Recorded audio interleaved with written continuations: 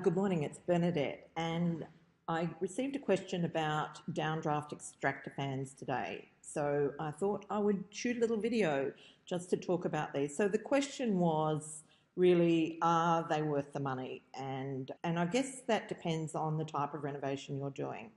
So if you are renovating in a multi-million-dollar property, then yes, that they're an added feature that can really add to how streamlined the kitchen looks. The other thing is, if they solve a serious problem in the layout of your kitchen, then you really have to weigh up the cost against the difference it makes to your plan. So it's not a straightforward answer, and that's usually a sort of a value judgment in terms of, if it allows you to put your cooktop in an island bench that will free up space in your kitchen, then that additional cost can actually be justified.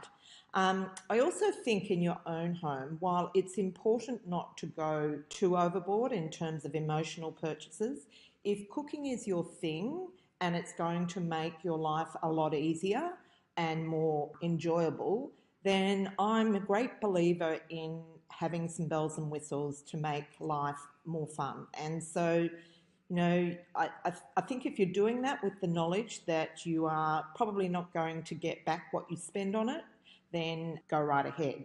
Now, there are a few different types or brands, and I've selected three to talk about. So Bora is the Rolls Royce, and so they are, they come in a lot of different configurations. You can get a round one, you can get this elongated, but they're definitely the cream of the cream in terms of what's available, but you're looking at a serious commitment. Some are as much as $6,000, which is quite a lot of money.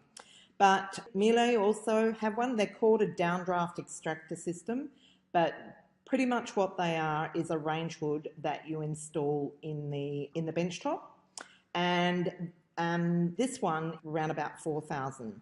But then there's another Italian company called Elisha. Well, yes, Elisha, and I'm pretty sure that this version you can get for around $1,800.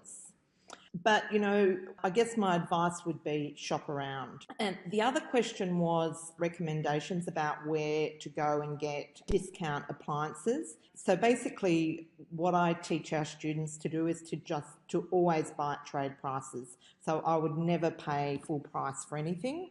And that's actually part of our training in how and where to get your appliances at bargain basement prices. So we don't compromise on the quality, but we certainly make sure we don't spend the earth on them.